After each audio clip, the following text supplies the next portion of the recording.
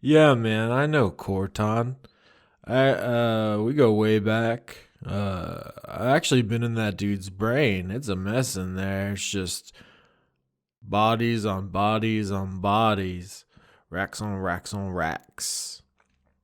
That dude's got some problems. I'm just gonna say, like some real bad stuff happened to that dude a long time ago. He doesn't really ever had a place to put any of those feelings. He's got like this anger he hides under all this stuff. And it's really only Vindrass that he really ever opens up to. But who doesn't like Vindrass? She's nice. But being in charge takes a lot more than being nice. That's why I never was much good at being in charge. I like being nice. Not for me. I prefer to go with the flow, Now Cortan Jr.'s in charge. I guess we'll see where the vibes go, man. I've been in that cat's head too, and this is not the same kind of vibes. This is the kind of kid grow up, didn't have any of the kind of bad stuff Cortan did. Never been hungry, never been hurt, never been scared. It's just a different kind of vibe you got going on. But they do have one thing in common, though. They got that kind of vibe that makes people want to follow them. Like people want to do what make them happy because they want their approval. Approval's overrated, man. I'm just trying to have a good time. And if you approve, that's cool. And if not, that's cool too. Just don't harsh my mellow. Just don't kill my vibe. There's plenty of room up on this wavelength if you want to come join me. We're going to chill for a little, maybe take a nap. After a nice snack, I think we're going to learn how to lift houses with our minds. Come on, y'all. Join me.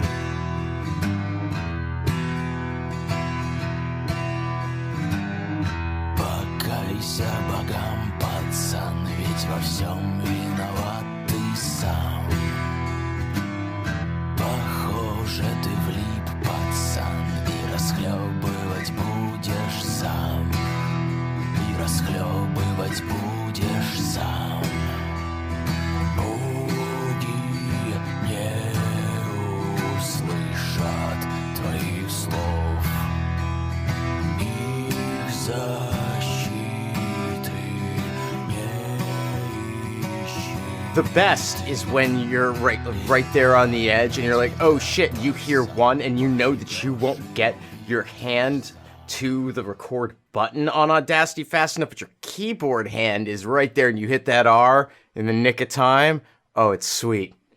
It's sweet. And you know what? I'm not saying that you should all try it, but it's a lot like edging.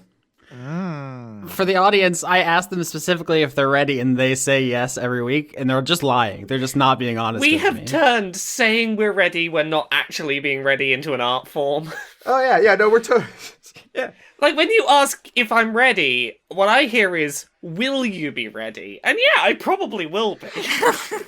Austin denial is the kink of this contest, of the podcast. Yeah, no Definitely. kink The shaming contest. I actually do want to see that contest too, though. I recommend our audience go to their porn site of choice and type in Austin denial and just kind of see what happens. Just go on a little adventure. Sometimes I say I'm ready because I'm like, oh, I have all the things up and ready. And then I'm like, oh, wait, I'm looking at the Skype screen. And so it's the intention is there. My intentions are honorable. Austin, within days of this going up, I fully expect someone to make a throwaway Pornhub account just to throw up this little clip of the episode and be like, there's some Austin denial. There it is. Oh no. I'm really looking forward to the podcast you do with Mari and Stacy and reviewing some Austin denial. I forgot what we did, and now I remember, and I hate it. Yeah, I mean, that's a way of looking at it. Last time we left the adventure, there was some developments in the cult that you all had left in Absentia. The Path of the Joining has some new leadership. Oh, God, that's right. Yeah, so you enter one of the suburban homes here, which has been made over to look like a kind of knockoff church. Some Vindrass style drawings from the people who appreciate your art adorn the outside and the inside of this installation. In the dining room, the long table has sat around it the inner sewing circle, the kind of leadership of the church, which is the party members we all know and love, as well as Cortan Jr., who is dressed up the way he last saw his father with, or not his father, who he thinks is his father, with the face veil over his nose and everything. I feel like the only thing I want to do right now is that Homer Simpson, like, retreating into the bushes gif. I like the idea that you start to do that, and then the door behind you opens, and Cindy, the Turek, comes in, and she's holding the Bumble Sloth, who is sleeping in her arms. Because last My episode, Bumble Sloth? yes, the one you left with Dwayne. Did they kill Dwayne?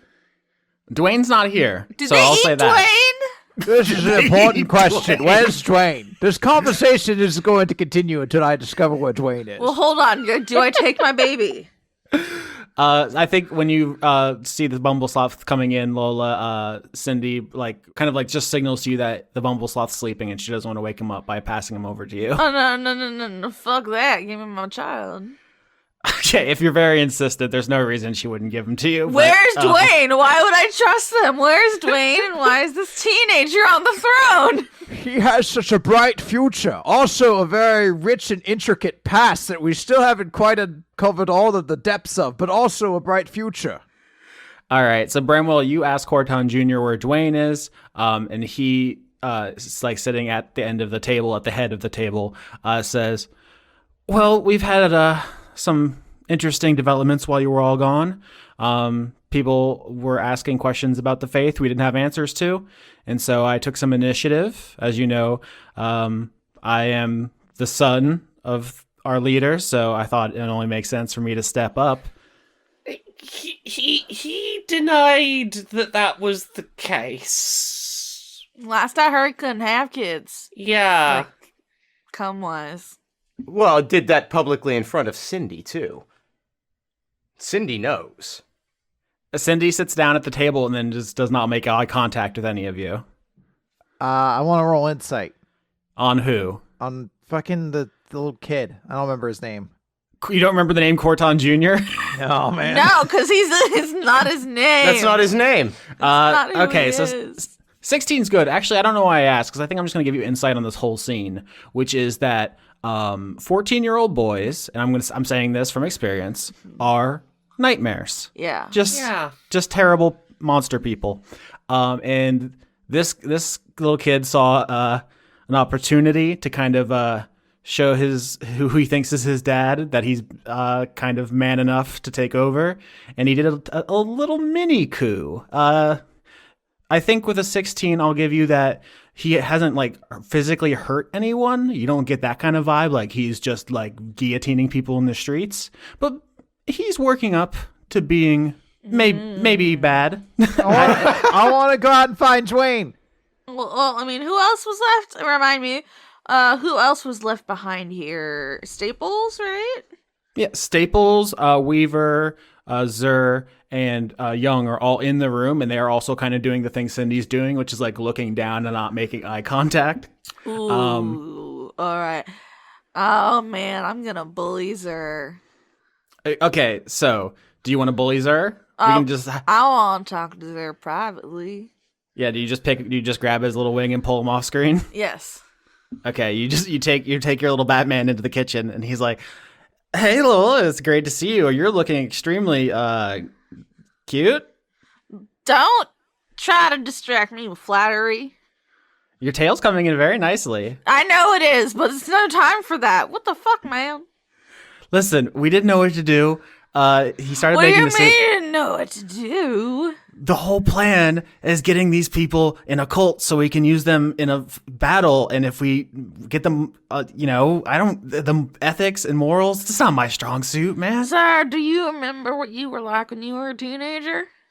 Bristling with knives. Yeah. Now imagine that, but worse. Now that's what's that. He's a teenager. What are y'all fucking doing? I don't know. Although the Amy thing, she was a teenager too. Listen, I don't know, but this is a teenager I don't know personally. Vindrass has a potential plan, but I think in the background of this scene, Vindrass is using that wonderful telepathy that she's got to just message the group like, hey, who do we want in power in place of this teenager? Because I've got a plan, but I need to know who we're replacing him with. I just want to, for flavor, I am grabbing the lapels of whatever shirt or coat he's wearing, and I'm shaking him. Okay, you're manhandling Zer in the kitchen, Yeah. which is a great image. No, I'm but, bad copping him, 100%.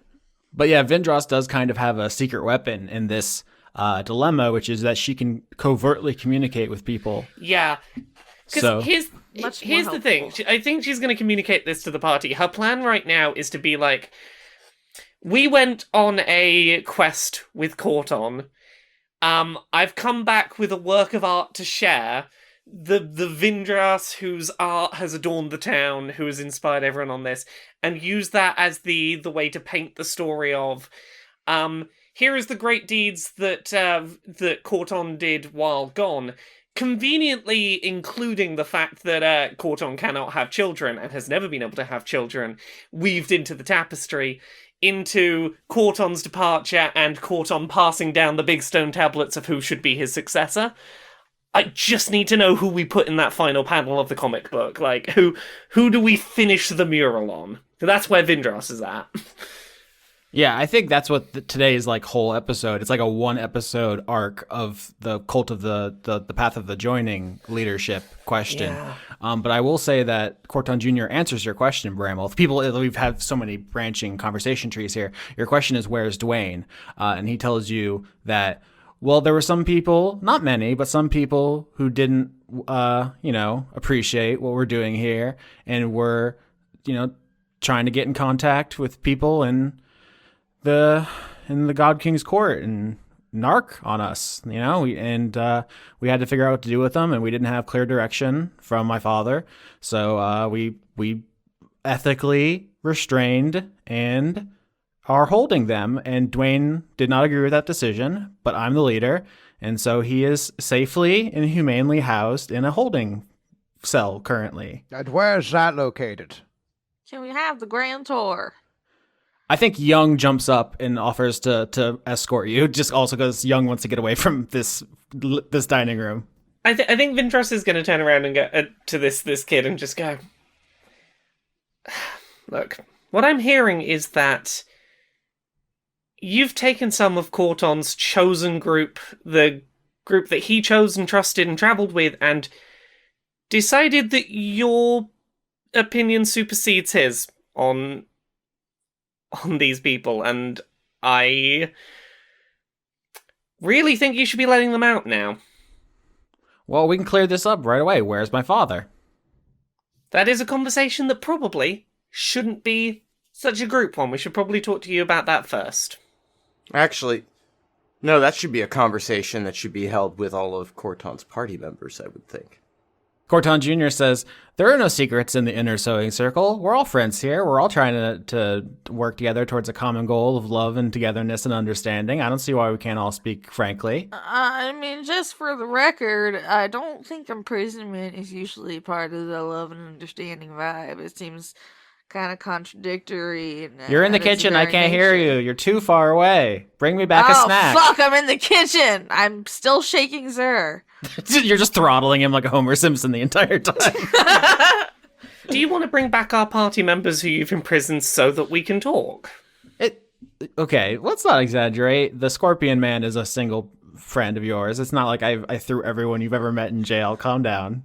I mean, is it kidnapping that you took my Where are my sloth? snacks? Lola. God damn it, I'm still in the kitchen! I'm gonna drag Zer out of the kitchen. We're gonna come out of the kitchen. You kidnapped my child! You can't just give him to its different guardian without my permission. Cortan Jr. turns to Vireen and says, I'm sorry, we haven't met. No, we haven't. I'm Cortan Jr. What do they call you? I'm sorry, what is your name? Cortan Jr. You might know my father. He's kind of a big deal around here. Oh my god. Oh my god. Yes, I did know your father. But funny, he never told me he had a son. Okay, so this is a big question. Vireen, do you have Mr. Hendrix's sword cane? I guess now Cortan, or I guess now Vireen's sword cane on your person visibly? Not visibly, no. So if Cortan Jr. can't see that, he does not bring up any uncomfortable questions and just says, well, that's why I'm calling myself the occluded father, because I haven't really had a big, prominent, public-facing role. But I guess that might change. I don't know. Everyone seems to really like my leadership style, and no one will tell me where my dad is, so... Well, no, it's just, it's funny because that's the sort of thing I would have thought Cortan would have made a big deal out of. He was so forthcoming about his miracles and gifts, and for a mull to have a child, well, it's not possible. It's actually really easy. I heard you just have to hug someone. Jimmy will tell you about it. Jimmy, where are you? Me and your father were incredibly close, and I promise you he is incapable of having children. What do you mean were? You just said you and my father Fuck. were incredibly close. Hey, do I need to... Tap dance. Jimmy, can you bring some guards in here maybe? I believe Jimmy will be talking with me in the hallway real quick, so carry on your conversation. Also, a cheese plate, please, Jimmy. The child has a point, though. Maybe we should take him to see his father. Oh no, I don't know what that means. Oh, I don't either, but I love it. Okay, I guess I have to establish, Bramwell, are you and Young going to go check on Dwayne while this is happening? Yeah.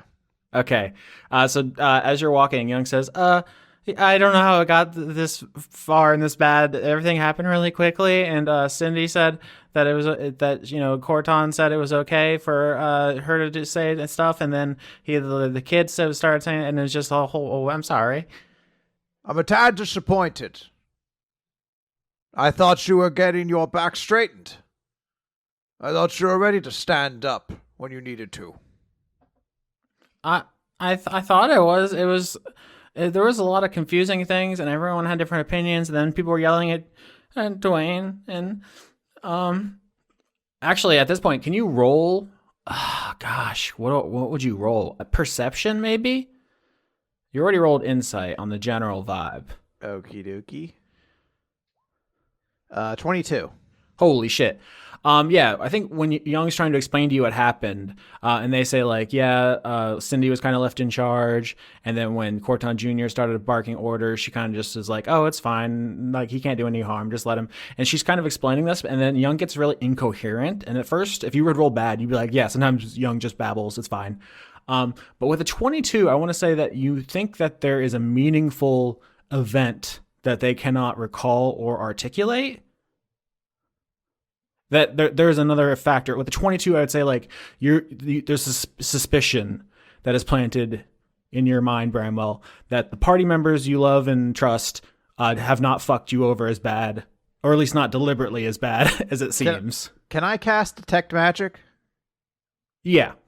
I would like to do that. So your spellcasting focus is your stone monocle, so that just turns on and becomes magic vision. Mm-hmm. You just have like Terminator vision, but for magic. And there are definitely traces of magic around a Young. Not currently, but yeah, there's. I think you, Chris, have intuited something here. If you want to maybe say it out loud for others.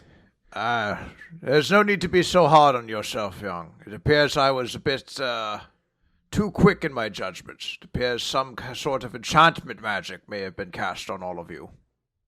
Oh, how did that happen? I didn't see anybody cast any magic. Perhaps someone did it from far away or without using any words. As soon as this conversation starts, Vindrass wants to use Detect Thoughts and start getting those surface level thoughts off of our new teenage overlord. Okay, so yeah, to be clear to everyone, none of you can hear this conversation. Bramwell and Young are on their way over to sorry, Dwayne. my apologies. But it's totally understandable that Vindrass, you in this room are just like, what is Cortan Jr. thinking? I don't think that's like meta knowledge that you're like cheating. I think that Vindrass would do so anyway, but yeah, my misunderstanding had been was Cortan Jr. in the room for me to be like, oh, are you freaking out right now? No, you search Cortan Jr.'s surface level thoughts, and you think he's thinking about meeting his father and showing him like, look what I did. I took over. I'm really big and strong. Please acknowledge me. Also, can I have your sword cane? It reminds me of my fake dad, who I hate, and I want to be better than him and have a cool sword. What else? He also thinks that like if he is leader of the Path of the Joining, he will get to hug girls. Because he's 14. Not wrong. But he's not currently thinking like, yes, I've mind controlled these idiot fools, and now I will bring my dastardly trap. It's like much more like petty than any of that. I get to hug girls. Can I try and roll insight, having now read his mind? Because basically, I'm trying to get a feel for if we tell him the story of, hey, Cortan has ascended and he's not around here anymore, and you're not going to get a chance to, like, I want to get some kind of insight into how he's going to react that's to a the plan. no-go. That's a bad call right out the gate. That's why Vireen changed course. Yeah.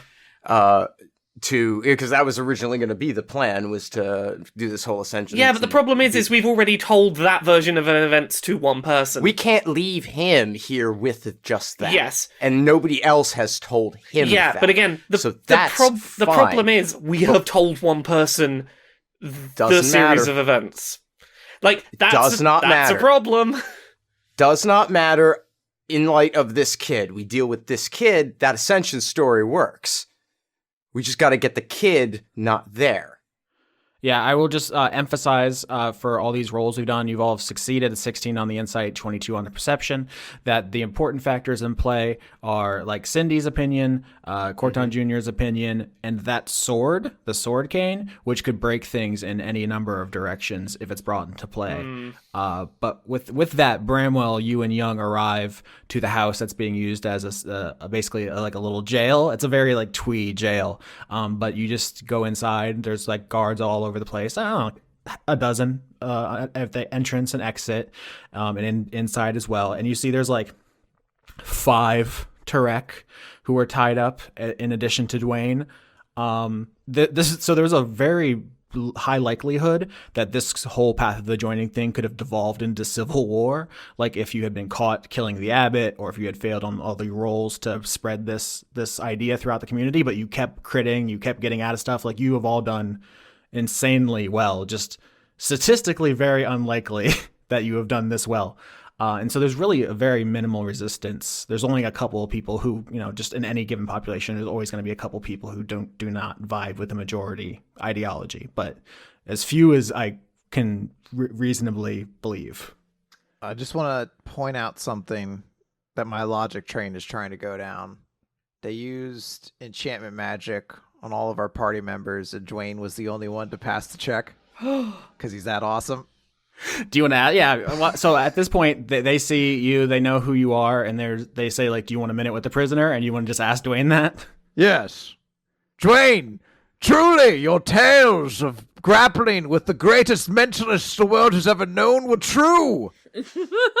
When you wrestled with that Colossus Illithid on Mount Doom, that story was true. Truly, you have found true strength.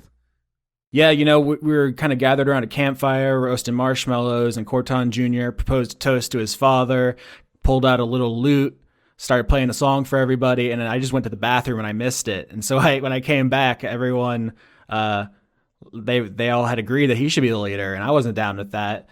So that's kind of where it started. Not luck, but fate, you say. Yeah, that must have been a result of the time I did a favor for someone who followed the conduit of luck, and then that blessing has followed me ever since. Indeed. Well, are you unharmed? Yeah. These Turek have spent a lot of time just kind of grilling and chilling. They're not really the torturing kind yet. Well, see to it that they do not become that. But don't worry about me, man. My carapace, the thick as steel, my stinger, sharp as hell. I'm just biding my time, waiting to see what you all would do. We've been talking in here, and this might be a good thing if the resistance to this interloper kind of unifies everyone behind them. Then the path of the joining might be even more united in purpose. You know? Indeed.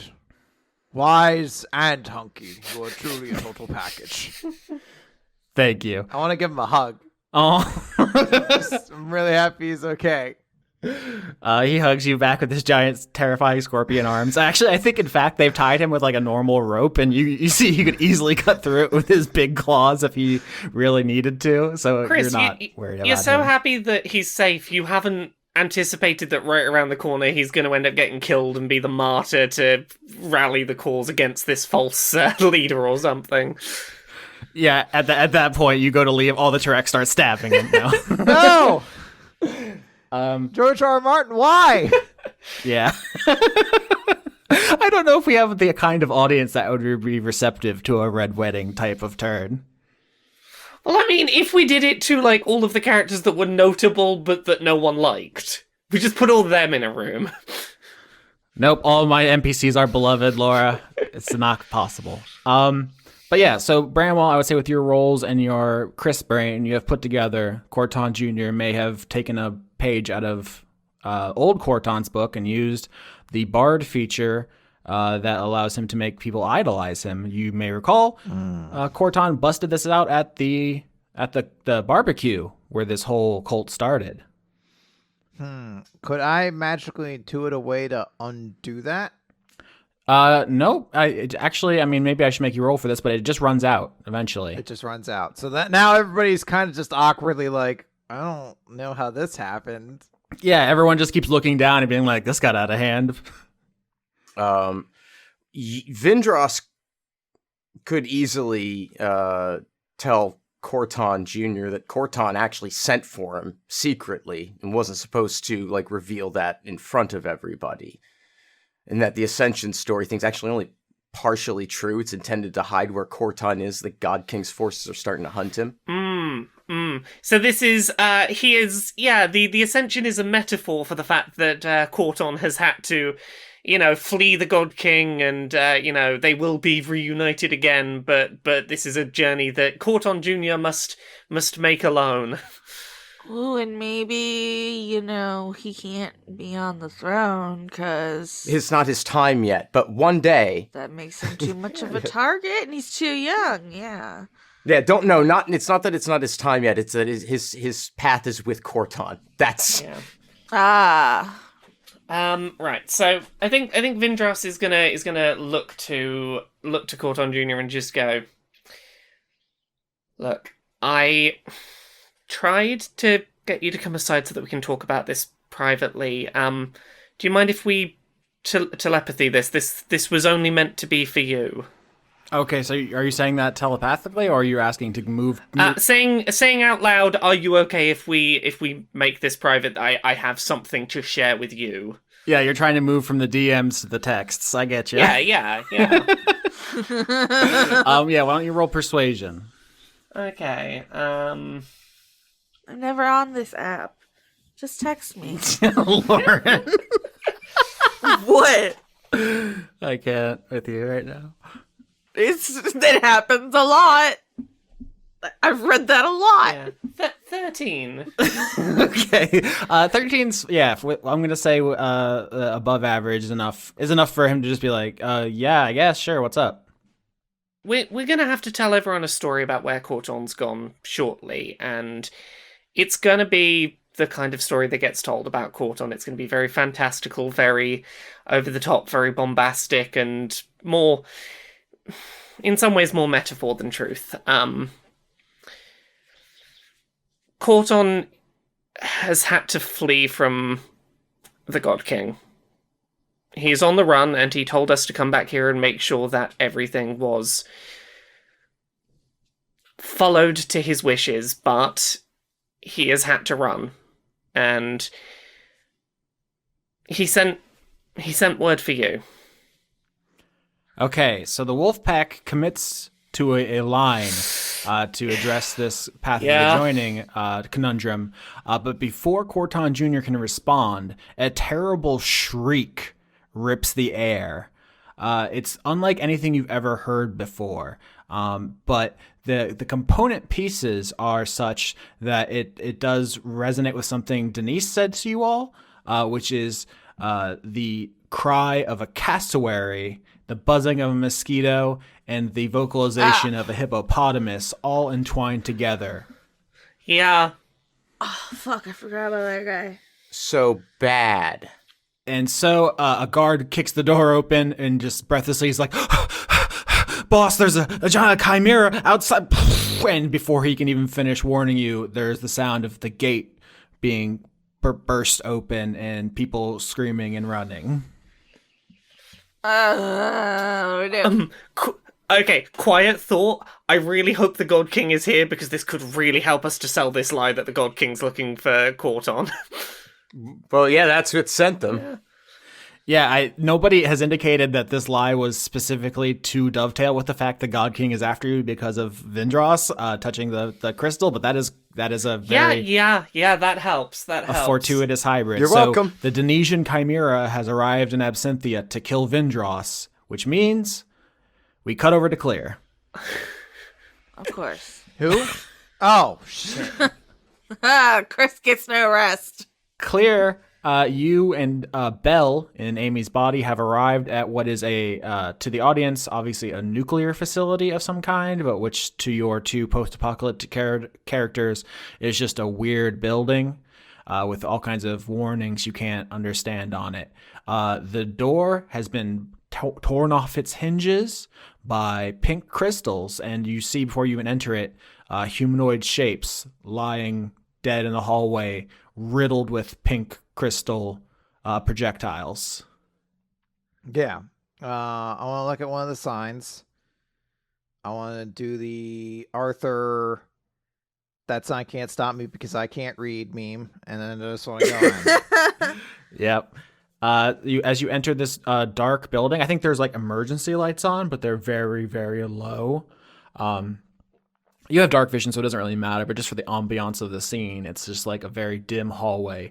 And there are these metal people all strewn throughout the hallway who are clearly dead. I don't know if that means anything to you necessarily. Have you met any metal people? I guess just the robot frogs from the Aethar. Yeah. Not quite those kind. These ones don't seem to be like at all biological. Can I do an Arcana check on them? Yeah, sure. 24. Yikes. Yeah, I mean, you don't know the words robot or warforged. I just made them right now. Yeah, you I coined this I so hard. invented the term robot. Yeah, retroactively, it ripples through time with the 24. I pointed at it and I said robot, and then everyone knew exactly what it was. I want to give you more of the 24. So these robots have been dead for many, many years. This is when your father first came down here. They were the security of this building. He slaughtered them. And he shredded through this complex. You see there are just huge dents in the walls. The ceiling has been blown open in some parts. Like, he fought the entire security team of a nuclear facility and won. Interesting. I would like to delve further. Oh, yeah. Deeper. So you make your way deeper. You're stepping over these robot corpses. Belle is kind of nervously walking behind you. She says, Clea, what is all this? What is happening? I don't know. But this is what the God King feared, right? There's nowhere to go down, so this is it. I mean, there might be. Do you want to leave and try digging? No, he came in here. You could see it. Everything around here. He blew it up and he came in here. Fuck. I hate it when you're right. I'm always right. You know, for someone who just exploded a giant two-headed skeleton, you seem to have still this this fire inside you. I feel like you could just enjoy winning. Just enjoy being cool and badass and chill a little. I can't chill until the God King's dead. You're an ice Nazi, so you can finger guns, finger guns, finger guns. I don't know how to like loudly roll my eyes and continue on, but I do that. I feel like that's the verbal sigh. That is a verbal eye roll. You get it, Clea? Chill, because it's a pun. Okay, come back. It's like, fuck. What's there's like a joke in the Flash community that anytime his parents die or something like that, like the subtitles will just go like sad running noises as he like runs to work out his problems. And I don't know what the narration would be like, angry eye rolling as I walk forward. I love the phrase every time his parents die. I don't know enough about comic books to make sense of that. We like that way more than we should. So with a 24, I'm going to say that you hear something long before it would take you by surprise, which is whispering in this building. Specifically, you get to the end of a hallway and there's a split. You can go left or you can go right. And you hear whispering from both directions. To your left, the whispering is like the first time you heard it, or it's someone muttering to themselves, someone just saying, Frida, Frida. Oh, spooky. And this is the one that beckoned you onto the flats before you ever broke through the crust. And that one didn't seem to be actively hostile. To the right, you hear the whispering that has followed you as you have delved deeper, which does seem fucking hostile. And its whispering just says, come take your medicine, princess. I mean, I should deal with the one on the I would left. hate to be clear right now. But I want to deal with the one on the right. Yeah, whichever way you go, Belle will go the opposite, because she's just like, yeah, well, let's split up. We can do more damage that way. Oh, idiot. Never split the party. What a fool. This is a real, you know what? In character, fuck these voices. If you guys are fucking hiding something, I'm finding it, so I'm going after them. Wait, which one? The one on the fucking right. These fucking dickhead voices that are like, come fight us. Like, no, fuck you. I'll take you all down. Let's fight, yeah. All right, Belle goes left, you go right. Roll perception to see how bad this goes for you. I bet it goes real good. Couldn't it go good? Hold on. Oh, dear. How do I get to negative? There we go. Oh, never mind. I crit. Fucking god damn it, Chris. This was gonna be such a good jump scare. It was gonna be like Ringu or fucking The Grudge. I had this whole thing. Got him. You motherfucker. Oh, can like something come out to spook me and then I stab it through the throat with my sword real quick? Yeah, I mean that is essentially what's happening here, which is you're like walking down this hallway, the light's very dim, it maybe even flickers, there's these whispers that are just like through gritted teeth. Someone's just like, die, die, die, die. And then the fucking ghost comes through the wall and you just turn and slash it roll damage for like a fucking spell or something, you jerk, because with a crit, you absolutely hit this ghost before it can jump scare you. Okay, I'm Taking it down like a bitch. in my mind, this is like when you hear about the guys who go to a haunted house and just punch the person who's trying to scare them. Someone comes out with a chainsaw with no chain on it, and you just drop kick them in the nuts. 15. All right. So which spell is that? I was just flavoring that as the end of Investiture of Ice. But All right. Yeah. I mean, it can be your ice sword if you want to. Yeah. Which you just slash through as something jumps out at you. I guess this does save me in time in editing because I don't need to make a spooky build up with like custom music because you just own it shit. It's this bitch. Well, the ghost that comes through the wall It's that bitch! is a executioner with a big axe. The axe baloney, in fact, the second ghost of this axe we've seen, and it is the ghost of the executioner Terran, the first person you ever killed. The Terran is basically a humanoid pterodactyl, rippling muscles. This one, He's just really jacked. Also, if you look at it, like the shadowing on his abs. Like his pecs look like eyes, and there's like a little nose and a smiley face underneath. We're adding more details because the early episode of the season was called Crotch Abs because we were fascinated with this person, and now we've added like abdomen eyes. Well, yeah, it's like a face that leads into the abs that are the crotch. So I guess that'd be the neck. I don't know. It's like eye pecs, peck eyes. Peck eyes. You put googly eyes on his nipples. This peck eyes ghost, which would have been a very like creepy, like hunched over, imposing figure coming to kill you with its ghost axe, is instead slashed humiliatingly as it stumbles out of the wall, and this thing turns to face you. Claire, do you say anything to it as it just mumbles under its breath, just like through bleeding teeth, and just says like, "Execution." Here to die again, are you?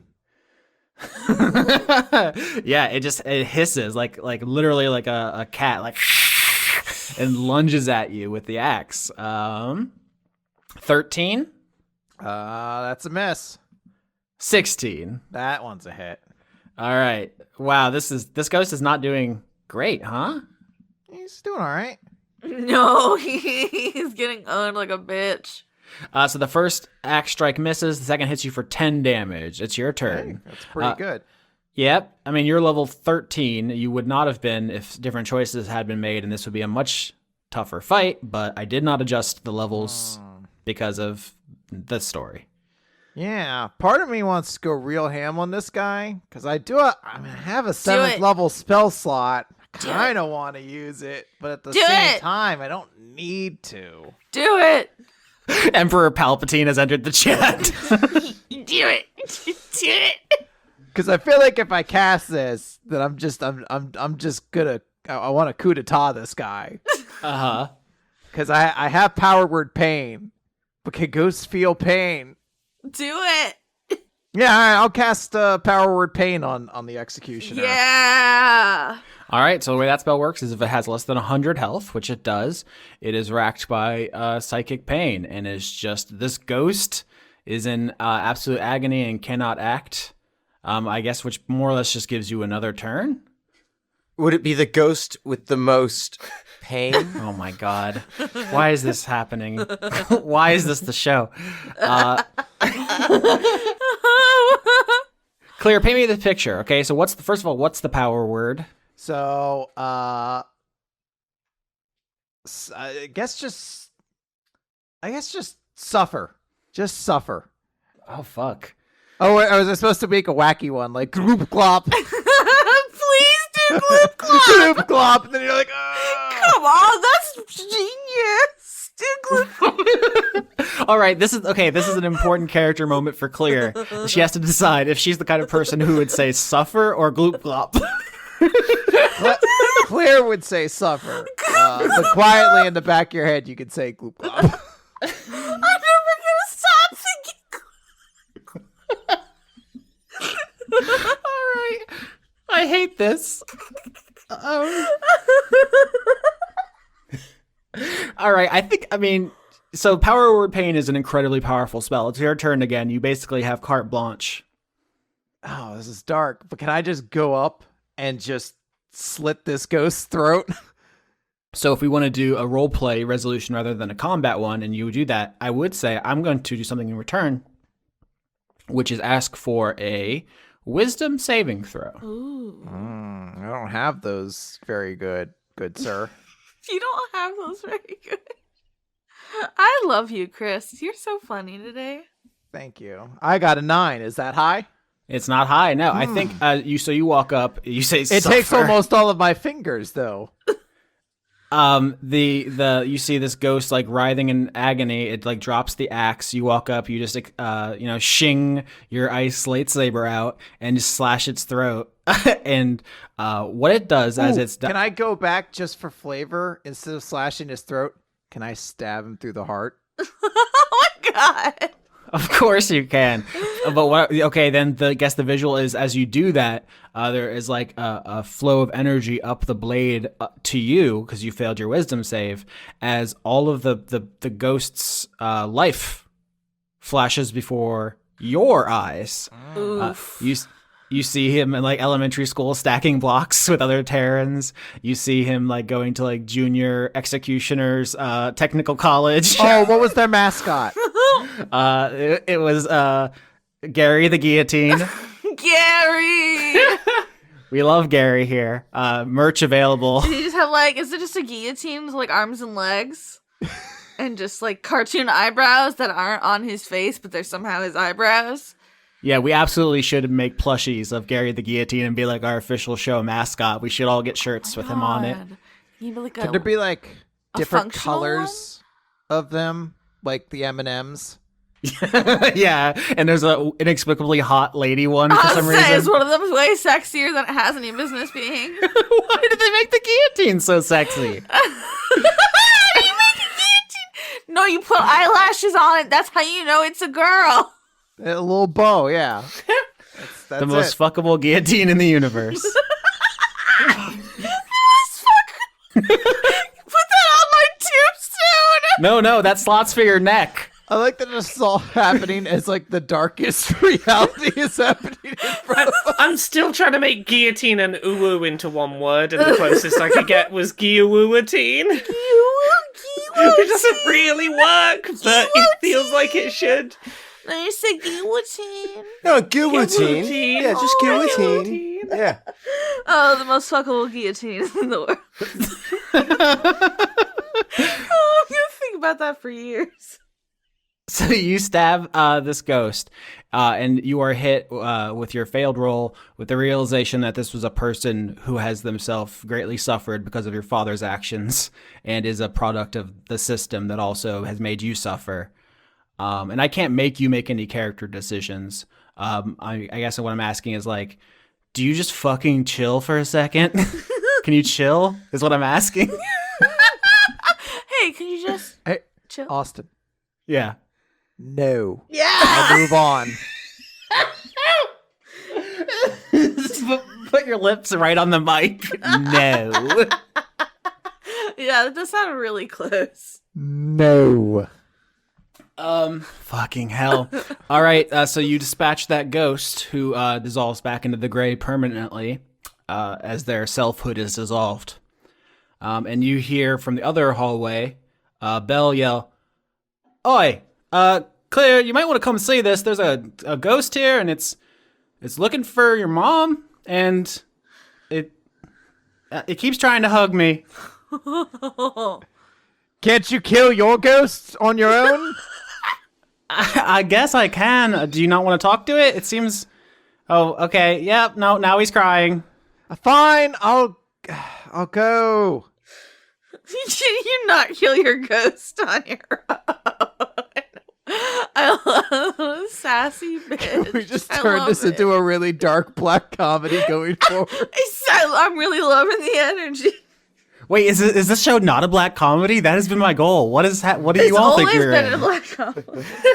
Yeah, my style is just joke, joke, joke, blood, blood, blood, joke, joke, joke, blood, blood, blood. That's the thing. What genre are you all in? I was gonna say that sounds like my life. Joke, joke, joke, blood, blood, blood.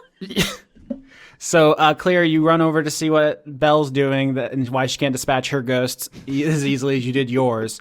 And you see, standing at the end of this hallway, the figure of a Merciel, a bat folk.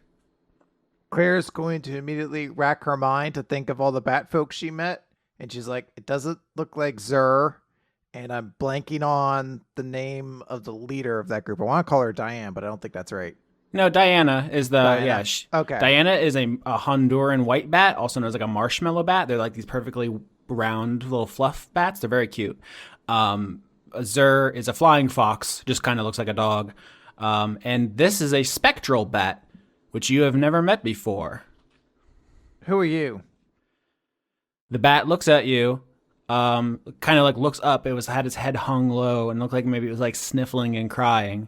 And it says, "Frida?" No. Not sure where she's at. "Frida, it's me. Todd, your best friend." Claire's going to look confused over to Amy, just kind of shrug. So Wolfpack, the Denesian Chimera has stomped the fence into the suburbs. Do we roll initiative, or do you have some other kind of plan? Because this Chimera is 3 times the size of a hippopotamus to accommodate its other heads. Hippopotamus, cassowary, and mosquito, all sized up. And its tail is a whipping roundworm. What if we just like dip? I don't like that guy. Yeah, the hippopotamus gnashes its black, disgusting teeth. The cassowary's mouth is like lighting up with white heat. You know, it can breathe white phosphorus. The mosquito begins like stabbing civilians with its long protuberance, and the roundworm is like can't do that. The roundworm is like wiggling around, like trying to wrap around people and throw them into the hippopotamus's maw. Okay, all right. So hear me out here. Would I, Lola, who knows all about all the animals, would I know of an animal that could be big enough to help deal with that animal? Because I have not used it in a minute.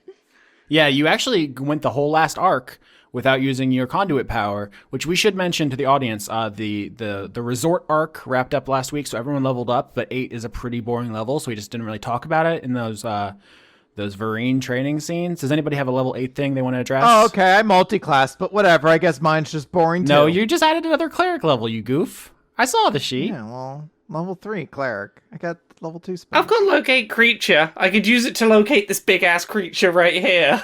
Thank you, Laura. She found it. Yeah, so if nobody has anything, level 8's very boring. Mostly you just get some stats. I got level 6 in Barbarian, though, so now I can't be charmed or frightened in Frenzy, and I get I an did extra get a rate. thing. The only fun thing I got is land stride, so I can move through non-magical difficult terrain without costing me any extra movement. I can also pass through non-magical plants without being slowed by them, or without taking damage if they have thorn spines or a similar hazard. In addition, I have advantage on saving throws against plants that are magical or manipulated to impede movement. So that's nice. I've got 4th level spell slots now, and I can do locate creature and revivify, and my wisdom is up to 20. Oh, nice. Ooh. So to answer your question, Lauren, Denise has engineered this chimera specifically to be the deadliest animal. The cassowary is the deadliest bird, hippopotamus the deadliest land animal, the mosquito the deadliest insect, and the roundworm the deadliest parasite. So you can absolutely use your conduit to summon a really cool animal and we can workshop it together, but this is not like the halflings where it'll just rip its head off and then the fight's over. It'll just be like, oh, now we have a strong ally for this fight. You know when Sephiroth's on your team in that part in Final Fantasy VII? Like that. Okay, so we want to fight or do we want to run? My gut reaction is fight. Yep. Because that does cement us as the amazing warriors protecting everyone, Cortan's amazing warriors. Oh, good, true. Like, we want this to be a public spectacle of us saving the day. Alright, what's the coolest? Blue whale eagle. Lauren, you can't just open your mouth and say the dopest shit with no warning. That's what the giggle was. Is I just was like... Is this like the Death Stranding BTs where it's just like a sky whale that just fucking comes out of nowhere? It's the wheel, yeah. Lauren, I have to ask, are the eagle wings still eagle-sized? Yeah, no, they're large enough for the percentages to be right. The ratio is good. It's just a blue whale with giant eagle wings and little feet. Roll initiative. Blue whale eagle. Oh, brain, thank you. Are we calling it the Weagle? The Weagle.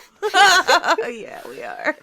Oh, 3. I'm gonna be a bit slow to act. 7. Yay, I'm not first. 8. Oh no. Hey, Austin. The highest number thus far was an 8. You didn't need to big dick us like that. Wait, does the Weagle go on the same turn as the enemy? The Weagle goes on your turn. Okay, the Weagle. Well, at least you wasted your crit on initiative, and initiative crit means nothing, right? If it's a blue whale eagle, maybe it's a Weagle. A Bweagle's good. Also, that makes me think of Buizel, the buoyant weasel Pokemon. Yeah, it's a good guy. It's a good Pokemon. That's a good weasel. Yeah. It does make me think of beagles, though. I had a beagle named Bagel growing up. Oh, fuck. I really want a bagel right now. God damn it. I also I have bagels in my freezer. All right, bagel break, guys. Quick 10-minute break. Let's grab a bagel, come back. Carbed up, ready to fight this thing. No, let's fight. All right, yeah. So Lola, you see the Denesian Chimera, and what do you just like yell to the sky? What's that? Okay, I was gonna do the cool whistle, but I can't. Me, Lauren, cannot whistle. Yeah. You know, really put your fingers in your mouth and you're like, woo, and then everybody comes. I love to whistle and make everyone come. That's my thing. Shut up! Oh my god, shut up! I will kill you. That's my conduit power. You can't whistle. No. Whistle, Austin, prove it. Austin, the can't clearly whistle. least horny on the podcast. Yeah. I would Lies. trade being horny to be able to have a cum whistle. Are you kidding me? Shut up. That's a great deal. Wow. I hate you. I hate you so much. I'm gonna get you back someday. Ominous. Yeah. All right, so let's start with the Chimera's turn. It is going to make attacks against the three people next in the order. So for Vireen, Boop, boop, boop, boop. 28. Yeah, that's gonna hit. For Bramwell, 12. That's a miss, actually. And for This thing's not so bad. For Lola, 19. So, Vireen, you take 9 damage as the mosquito stabs you with it's the center head on the body. So I want to also say that the main body is mostly hippopotamus, except for the wings, which are mosquito. The feet on this thing are the cassowary's claws, its most deadly part, and then the tail is the worm, of course. Lola, 11. Which I think is from the worm, like wraps around your wrist and tries to pull you in, and you like get out in time, but it slams you into like a lamppost. Icky. Okay. So Bramwell, you dodge the cassowary who tries to peck you. You see that it is still charging up its white phosphorus breath though, and that is going to come down. That seems bad. It's very bad. I'm looking at the stats, my bud. It is bad. Okay. So it is your turn. Vireen, I want to say the way chimeras are created in Dungeons and Dragons, they are just one target. I thought about making it a 4-target fight, but that seemed more complicated. No reason to make it more complicated than absolutely necessary. All right, so Vireen is going to go ahead and go into rage. 19, 21, and 19. All those hit. Vireen does not miss. Okay. And the damage... All the Tarek and the suburbs are like, who's this Joker? We've never seen one of these before. Oh, wow, they're really badass. This is a great debut. Like, basically, as a new species, the first member of a new species, you're going to set all the stereotypes about who you are to everyone else. So this is good. In season 12, people were talking about, oh, yeah, the Denesians famously kick the shit out of chimeras. Everyone knows that. 48 damage. Yeah, you sink that sign right into the closest head, which I think I said the mosquito. The mosquito poked you, so you slam right into that thing. And 48 is a lot, but you don't think you just did, you don't feel like, oh yeah, I whooped its ass, it's dead. Like this thing has a health pool. Yeah. So yeah, you hit it solid. 48 is a big deal, but this is also a fucking strong ass guy. Bramwell.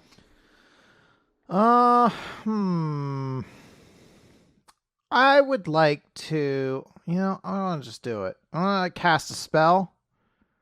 I want to go up to Vireen and cast Warding Bond.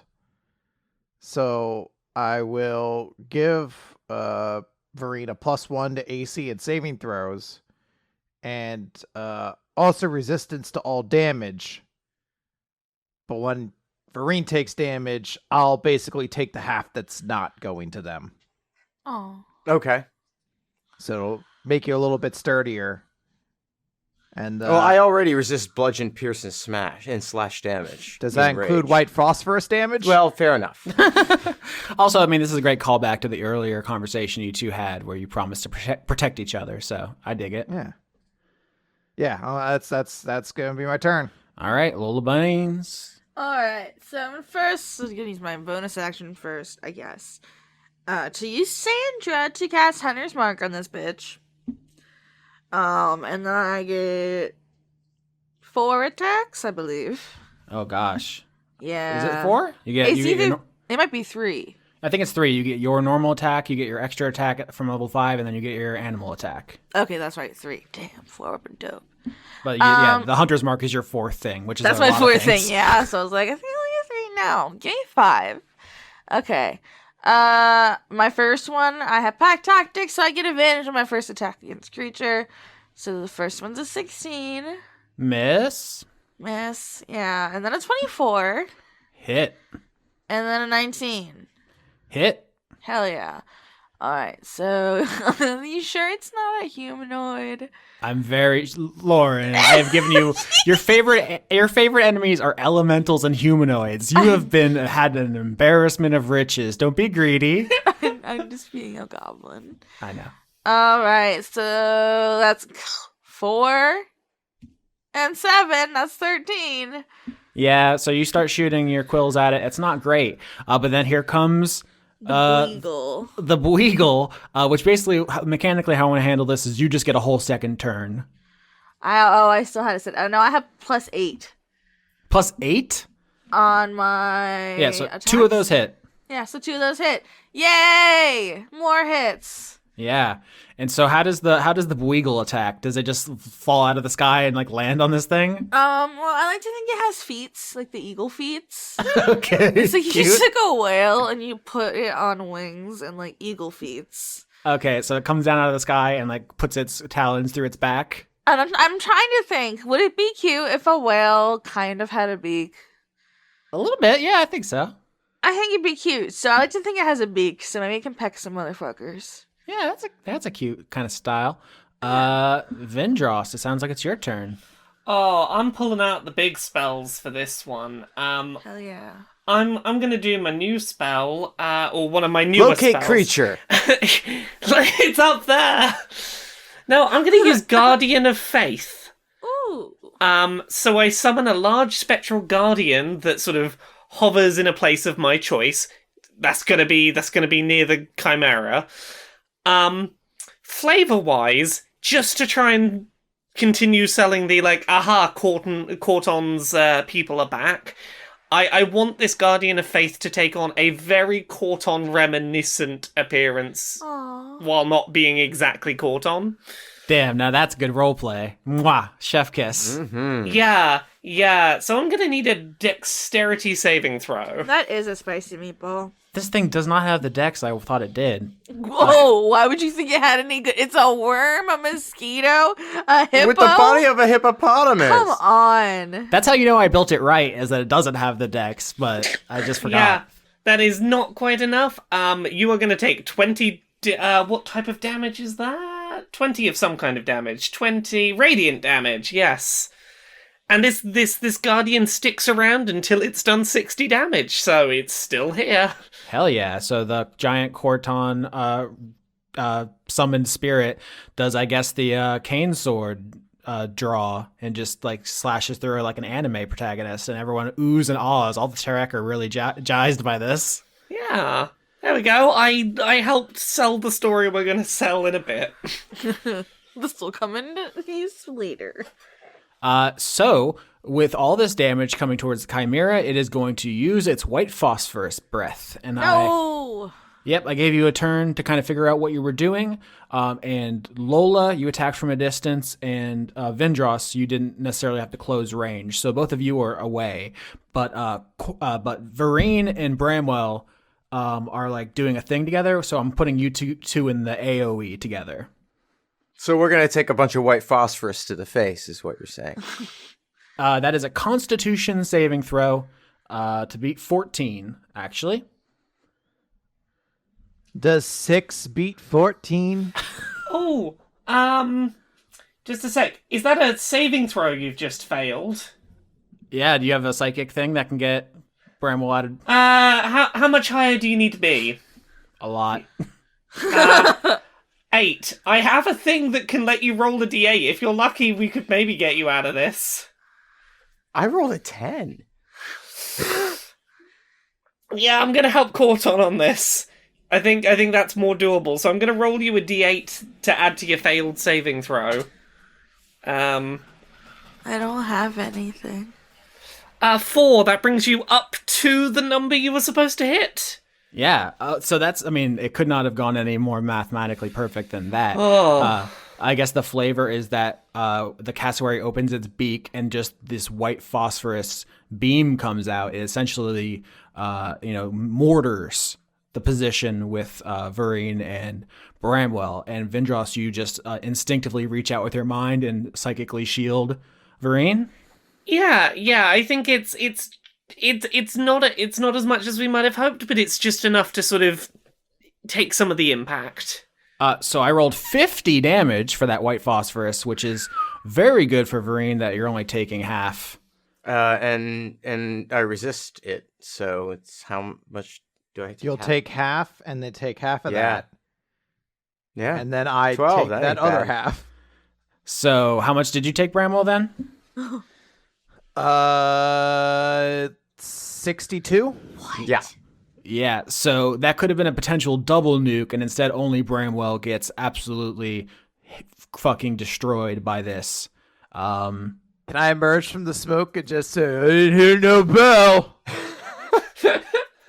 Vireen, you just saw Bramwell nearly die. I think as as Bramwell emerges from like the phosphorus smoke, they're absolutely torn up. I think he still has HP left, but like narratively, Yes. on death's door from the burns.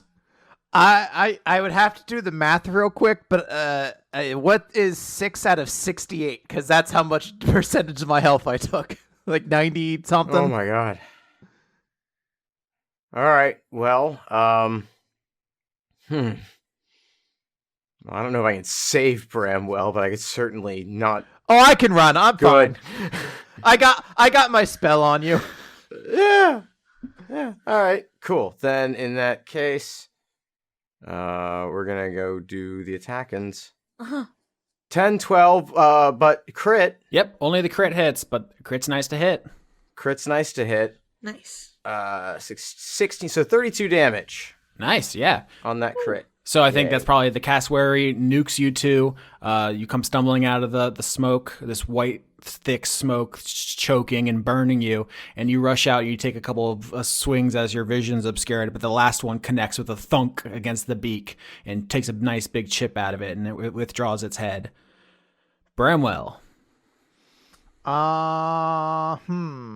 I'm gonna right away. I'm gonna leave. Like, do it in a badass way, but be like, I'm helping the villagers to escape. I'm being heroic. Actually, yes. So I will cast a spell. I will cast Spiritual Weapon, which we've all seen before. I get access to it now at level 2, because I'm a War Domain Cleric. And I would like to think there is a new shiny beacon weapon surrounding the not Cortan-like visage in the sky. And that can hit and like attack for me later. And then I'm gonna book it and use use my action for a bonus action to heal up. Now you say another weapon. Is that like now the Cortan Guardian is dual wielding, or is it like a second Cortan, or how do you want to flavor this for like maximum propaganda? Whoever's creating this visual, I don't want to trample on Moritha's garden, so to speak. So wait, what are you doing to my guardian? It's getting another weapon. Oh, go ahead. Give it whatever weapons you want to give it. Yeah, I want it to have like a really big hammer shaped kind of like a dong. Is this really the Cortan branding we want at this moment while trying to pivot the narrative? Okay. Never mind. It's covered in battle wounds for all the people it's protected. Yeah, the Terek look up at it and they're like, wow, that magical hammer sure looks like it's protected a lot of people, I can tell. That's how Chris, they do. Chris, for you, one little dong on the bottom. Oh, okay. Your little one. You can't. Yeah, the pommel is just like the, It's just Anyway. a subtle dong. You wouldn't notice it unless you were looking for it. You have plausible dong deniability. One little dog. But that's definitely a helmet down there. Bramwell, does the weapon attack this turn, or? No, it does not get to attack this turn because I have to spend my action to do another bonus action to use my second wind. So I'll regain a bunch of health. All right, Lola Beans. Okay, so the mark has already been done, so I'm gonna use all 4 as attacks. Oh yeah. So 27, 25, 14, and 22. Everything but the 14. That is 18. I hit it 3 times, so I also have to roll a d6 now for each hit, because with Hunter's Mark. Yeah, I mean, the flavor of this is obvious. It has 3 heads, and you just pop each one. Yeah. John Wick style. Blap, blap, blap. That's 16. Wiggle time. 24, 21, 26. Yikes, on bikes. Does the Weagle count for Hunter's Mark? Probably not. This thing's broken. Okay, the question here for me is, what does it do with its big body that is like a cool new attack that it can pull out? Well, we discussed a belly flop, but we didn't say that happened yet. I think it's breaking out the belly flop. All right, so it just drops its whole weight onto the Chimera. And It just goes boneless and falls on it. I think you definitely hear a terrible snapping, crunching noise. It maybe like shatter the hippo's like hip. It's like back leg, and it's like listing terribly. I kind of imagine, I can't help but imagine the Weagle with like talons underneath. Yeah, like, no, that's big exactly what I said. Yeah. He's got Just- talons and a beak, but it's also really cute. And he just flops. He just flops. Well, because he's got to use all his moves. But that's 25 damage.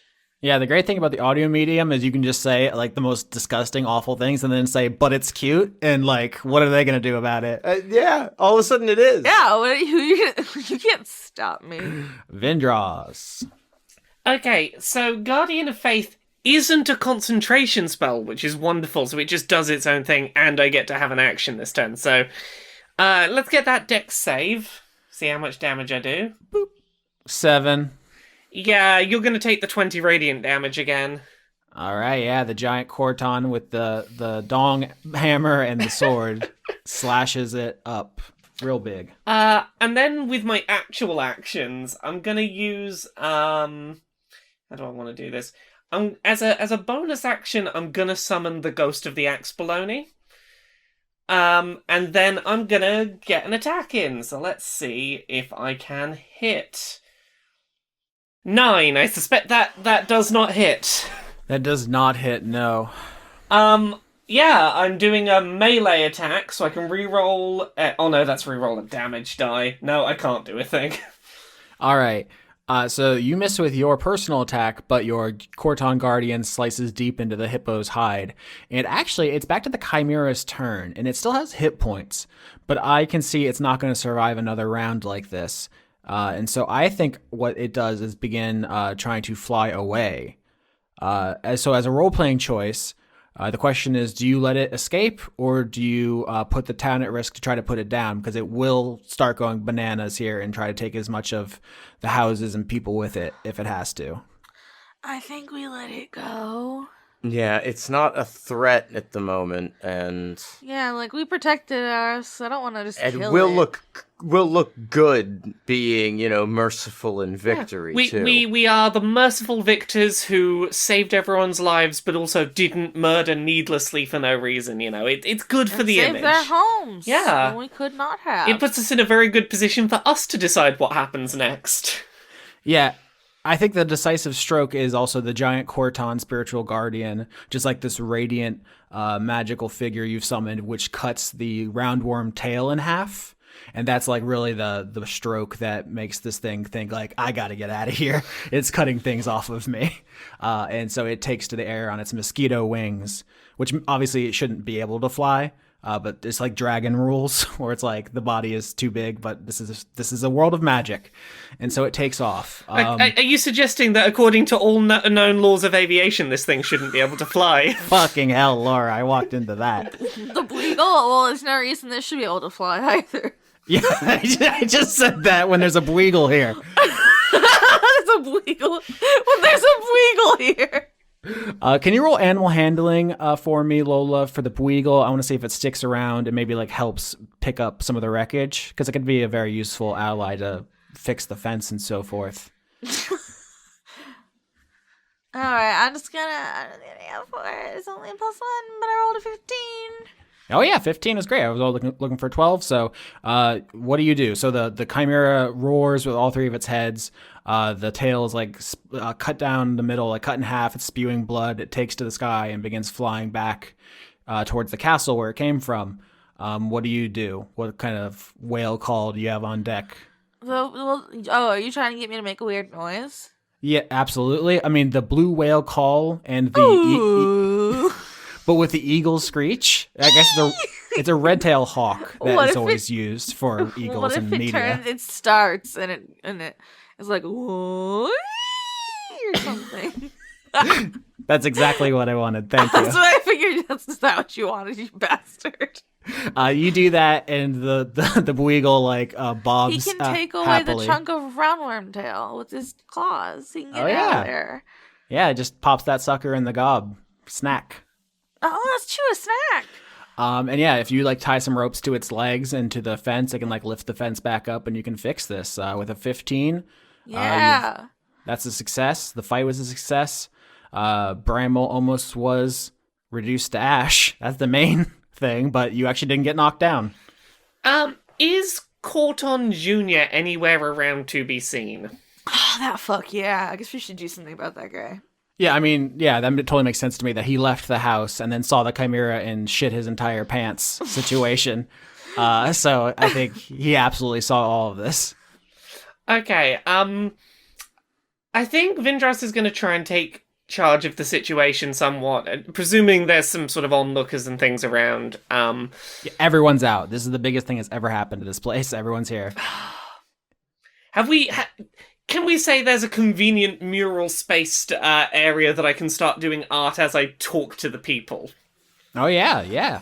Yeah, so I think as this is happening, Vindrass is starting to paint the mural of events, and just say to everyone, I'm sorry we've been gone for a while, but we have come back to let you know what's been going on with Cortan. I know that a lot of you have been wondering where Cortan is, and look, to put it simply, there are people that need Cortan more than us right now. We have proven that we can stand up, that we can rise up to the challenge of spreading Cortan's message of love and peace and togetherness, and we can keep people safe while doing so. And there are places that don't yet know the wonder of Cortan's message, and as such, Cortan has gone to help others. But what should not be forgotten is the lessons that Cortan imparted to us, and the fact that Cortan's message lives on in every one of us. Now, as this is going on and Vindrass is painting the sort of mural of events, she's telepathically messaging everyone going, shit, I don't have an ending for this. Who are we putting in charge? Who are we putting in charge? Oh, yeah. Fuck, this is so good. You're giving like a Les Miserables speech on top of a scaffolding, like in the midst of this destruction, painting a beautiful mural, giving a great speech. But you've run out of track here. Yeah. so Vindrass is buying time by painting the Ascension, and she's like, I need something for this last panel. Give me something. Well, do you want to cut to Claire while you guys think about this? Yes. Yeah. Yeah, that's a great cliffhanger to leave it on. Claire, Belle has brought you. Hello. Belle has brought you to this ghost of this Merciel, who says that he was Frida's best friend, but now he's a ghost. Do you have any questions about your mother for this person? Is Frida still alive? Yeah, the ghost seems to be trying to absorb the idea that you're not Frida. It seems like it was like drawn to you because you're related, and it's like it sensed something about her in you. But once it like fully absorbs that you're not Frida, he says, "Yes, she's still out there. I know she's not over here." Is she still in Wormwood? Yes, she would never abandon her child. Well, did she find anything about how to kill the God King? Does she have information?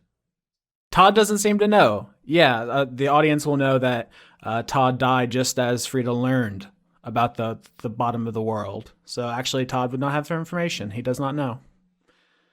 Claire will just say, well, it looks like she let you down too. Damn. And I'm going to go over to the other side. I'm going to be like, hey, I killed that thing. I'm going to explore what's down there. Yeah, Belle like sees this and says, this person seems to have come from the afterlife and expended like all of their spiritual energy to make, this last contact. Is there... She like Belle's so you don't know this in character, right? But Belle, as someone who was a ghost, like is much more sympathetic to this person. So she like looks very pensive about this, and she says, "Yeah, if you keep going down this hallway, there's like some kind of important room up ahead. Do you want to? Just go ahead and check it out. I guess I want to stay here and see if I can put this guy to rest." Whatever. Yeah. And I don't know if Claire cares, but there's like this real moment of like emotionally complicated stuff going on in Belle's face.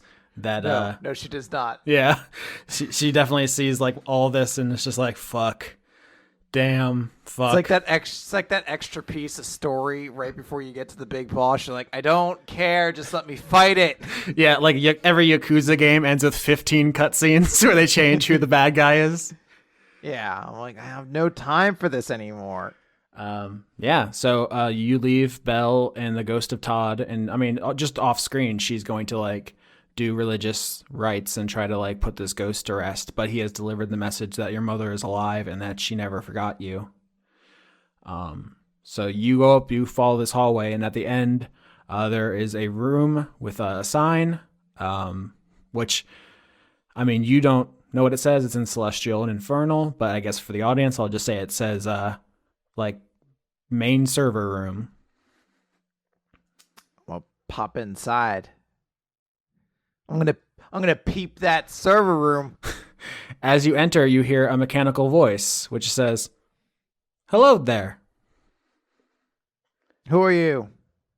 The lights kind of flicker as this voice seems to be coming out of the walls. There's nobody in here, and there's these stacks of blinking machines that you don't recognize. The audience, we know they're computers, but for Claire, there's just a bunch of blinking boxes. And the voice says, "Welcome. I am the AI in charge of this facility. How may I assist you?" Why didn't my father kill you when he came in here before? Error. Please rephrase. Why did the God King not kill you when he came in here before? I think the AI like takes a minute to process because it doesn't know who the God King is, but it like tries to figure out what you're saying, and then eventually, after loading, like returns a query. It returns just like an answer of like, previous visitor left after accessing elevator. Elevator is currently disabled. How do I get access to the elevator? One must restore power to the elevator to resume operations.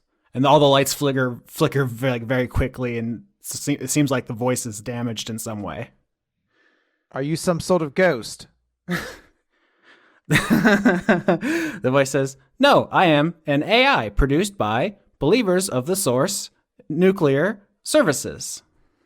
I don't know who that is. That's okay. Believers of the Source, your number one source for your nuclear needs. Where do I turn on the power? I think at this point the wall lights up in a way that's very surprising to you. You don't know what a monitor is, but it shows what's clearly a map, and the room, it shows where you are. There's like a little arrow showing where you are, and then it shows an arrow in another adjoining room, and it says power can be restored here at the reactor. Do I need you for it? Nuclear power provided by plutonium elemental. Elemental status missing. What is a plutonium? Plutonium is a radioactive element. What does that mean? Handle with care. Believers of the source, your number one source for safe nuclear power. I hate you. Can I freeze it?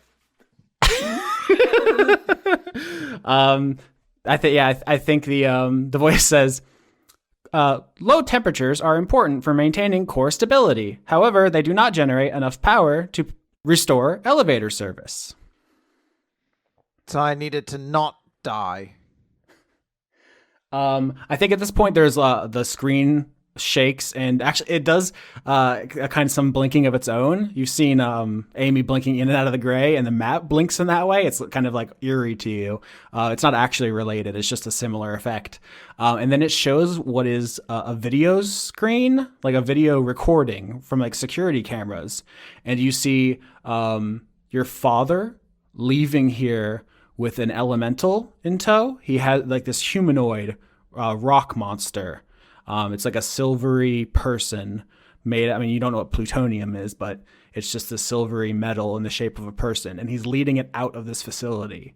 And it says, the voice says, plutonium elemental missing. Previous visitor requisitioned.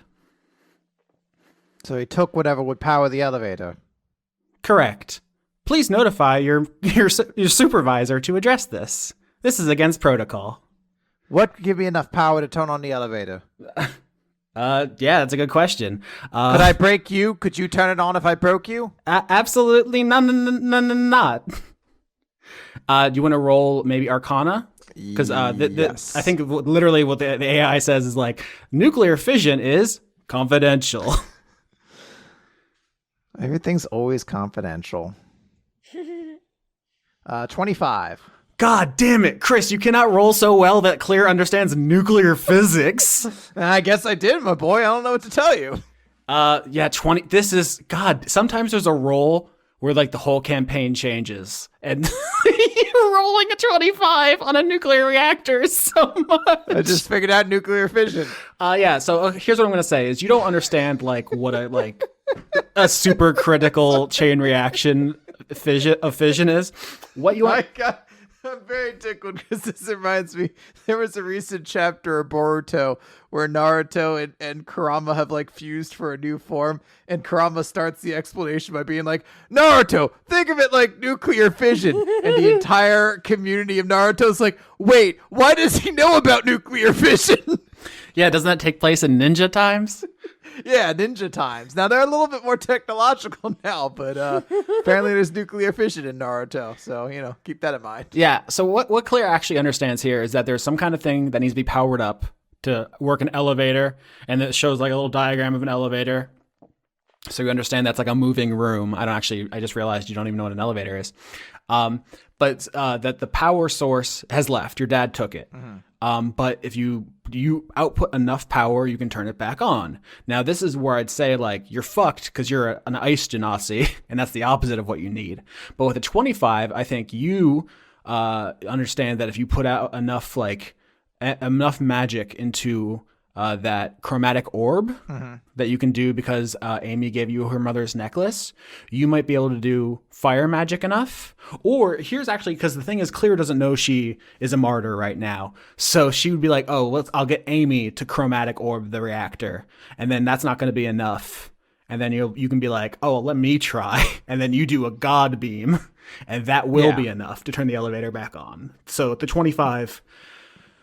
you got this. The last thing I'll say is there's like a diagram on the screen of the facility because it's showing you the different rooms. And then you see a long, You don't know what an elevator shaft is, but it looks like a room that goes down for some reason. And it goes down and down and down to an area that says like classified. But you can like intuit. The idea is you've gone down many layers and there are still some below you, but whoever built this place built it to connect to the bottom. So like whatever's down there, whoever put it down there built this place to go down there if they needed to. And it's a direct connection. Okay. Sweet. So this is going to get us to the bottom finally. Yeah, whoever these believers of the source are, they're the ones behind all this. They did this, and this is their access route. They're gone now. Obviously, this place is abandoned, but nerds. Yeah. So there's like another door in this room out that takes you to this so-called like generator, this reactor rather. Yeah, I want to do that. I'll get Amy, tell her I need some juice. She's gonna try it. Doesn't have quite enough, and then I'm gonna be like, I guess I'll try it. And then I load it up with a big old hefty high level spell slot and charge that bitch up. Yeah. So yeah, the only flavor I would add to this is that like when you go to get Belle and you see she's like kneeling in the hallway, and there's like she like quickly dries some tears with her sleeve. And the ghost of Todd is gone. And she says, like, all right, I'm ready to go now. I heard a voice in there. You know what to do? Yeah, it's fine. You all right? Yep. Just excited to go get the legendary sword from the bottom of the world and kill our our father with it. Yep, let's go. Are you sure you're all right? I'm already gone. All right. Yeah, you explained to her what a nuclear reactor is in your understanding, which is like, and you actually, when you go in, there's like a big chamber that's open and empty, where the plutonium elemental used to be, and there's all these pink crystals on the ground where your father like pried this thing open. Not really a surprise now how God King Wolfram died originally. You probably shouldn't travel with plutonium. 10 tons of plutonium, yeah, if you don't want to get super irradiated. What a loser. But he did not know that, because in this setting, no one knows what radioactivity is or radiation poisoning. You assume he died in terrible agony. Sucks to suck. Yeah, nerd. All right, we'll kill him again with it. Yeah, Belle shoots a chromatic orb into the reactor. It like briefly, like the lights get a little brighter and then just go back to being dim. And then she hands it back to you, and she's like, "This is never gonna work." You didn't even try. I'm gonna use like a high level spell slot for it. Yeah. So you paint me this picture, because I think this may be the moment, and tell me if you don't like this. This may be the moment you realize you are a conduit to your mind, because it's not like you've never accessed this level of power. You literally fire out a chromatic orb powerful enough to power a nuclear reactor. Yeah, so like before she's casting these spells that are actually like at higher levels, but in her mind that's just like what came to her naturally, the same way she learned to just like unconsciously blink and things like that. You know, she just naturally kind of learned those spells. She hasn't really thought about it, but she's cast chromatic orb before, and it wasn't like this. So she realized, you know, putting all this energy into it, that this is definitely like a way bigger deal than it usually is. Yep. And so I think Belle looks at you and goes, why are you better at that than I am? Because I'm a conduit now. I made it to the bottom. Belle takes a whole step back. Bitch, that's right. She says, all right. How did that happen? What you just from the necklace? What do you mean? We made it to the bottom. That's what everyone's trying to do, right? That's all. But I'm here. I'm at the bottom. I can't do that. Yeah, but you weren't devoted to anything like that. Oh, fuck off. Well, what's the one thing you've been focusing on then? I'm trying to become the queen. I'm the liberator queen. Well, I guess you just didn't want it that much. I bet. Oh, man.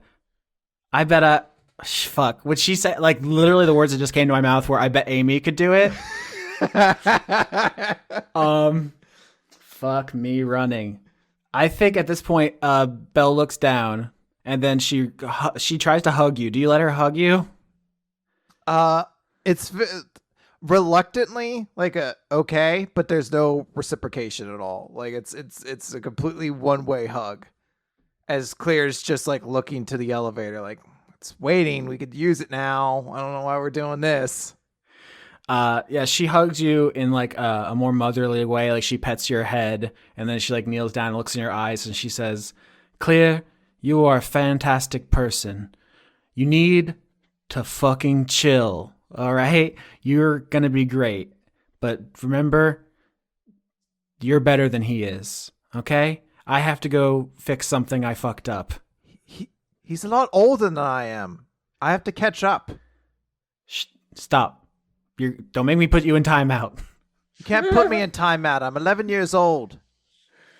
Did you have a birthday on this adventure and not tell me? Yeah. Oh my god. No. Chris. It was my birthday a week ago. Chris. Fuck. Yeah, she just starts crying and she leaves and she says, "You're gonna do great, honey. You've got this. I fucked up. I gotta go." All right. See you later, I guess. Yeah, she runs off to give her body back give Amy her body back. And oh, sweet! I solved that subplot without recognizing it existed. Yeah, longtime listeners, my work will know one of my favorite movies is The Fifth Element, where the hero and villain never meet. I love shit like that. To subvert all your expectations. But yeah, the elevator's powered up. I'm going down. Ding ding. I'm gonna say, voice thing, send me down. Right away. Ding! And the doors open up. Inside this elevator, you see the ground is absolutely littered with pink crystal. Ooh. I'm going to not touch it all. The crystals are everywhere, and this thing is the size. It's like a elevator that takes like, in our world, it's like a kind of elevator that would be used to like move the space shuttle. That's how big it is. Oh. Yeah, so that's what what I want to impress upon you is it's fucking ginormous. It's gigantic. And there's more crystals here than we've seen in any other part. Yeah. In fact, I would say I was gonna make you roll for this, but there's no point. You walk in and there are just more of these security robots everywhere. That's what happened in here. There's a huge fight as security tried to keep your father from going in down to the bottom of the world, and he won. In my mind, this just reaffirms and clears mind that getting to the bottom is what gives you your conduit, because this is where her father got stronger than ever.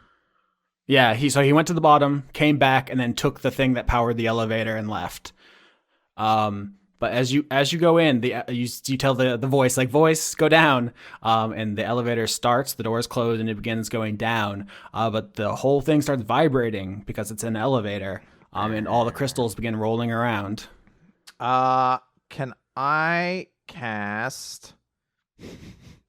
Part of me was like, I want to cast Blink, but I was like, no, I don't want to do that to Austin right now. I'm gonna cast Invisibility.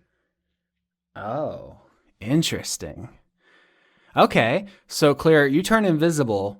Okay, so my mind's eye, I just saw that part in Phantom Menace where those laser force fields start and Qui-Gon Jinn just sits down and waits. And I'm picturing, Claire, you just like sit down in like a Jedi pose in the middle of the elevator as it's going and the crystal starts rolling around, which of course the God King can feel. And he's like, who the fuck is in the elevator? And so all the crystals begin forming a pink salt golem, like the one that Vindrass fought.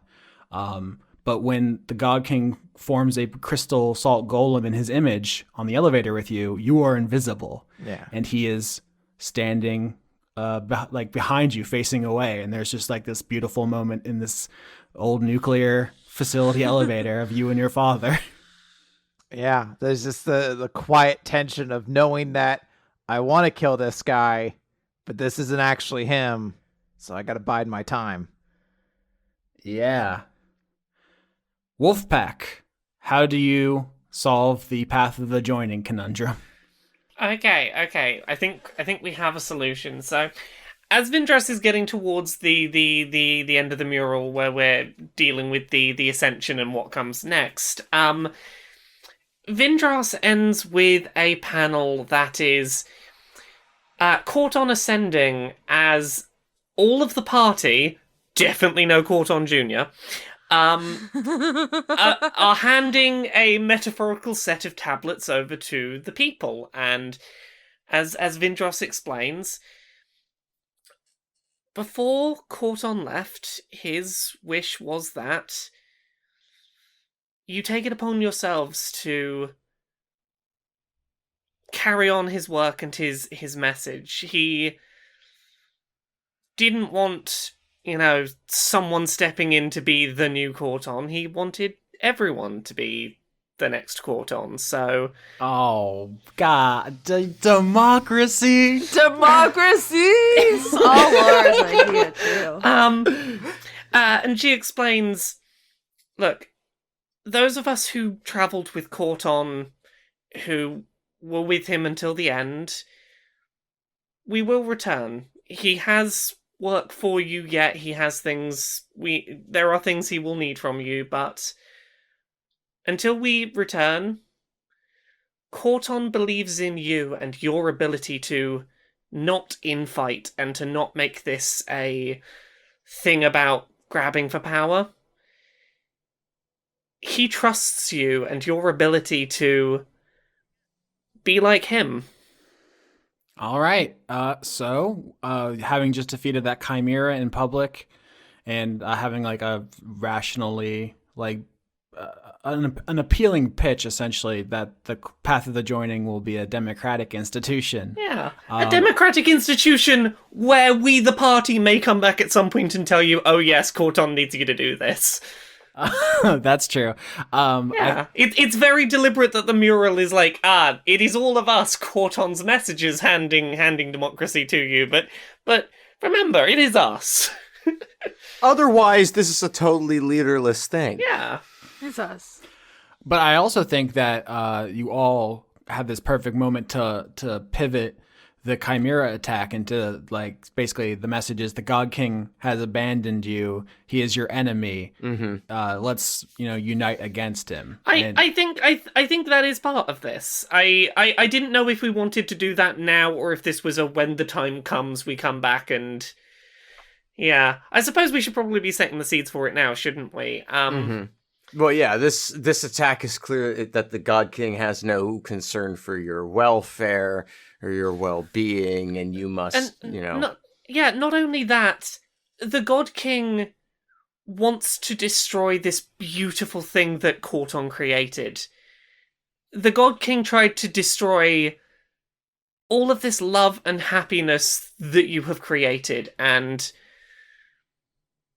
we cannot stand for that. And there will be a time when love is not the answer for dealing with a tyrant who would destroy this beautiful thing that we have created. And he was willing to destroy your entire, town and homes and population just to get at Cortan. Yeah, that's the funny thing is that the Chimera was here for Vindrass, but you all immediately say it's here for Cortan. Yeah, this is 100%. It's here for Cortan or it's here just to destroy the cult of the joining.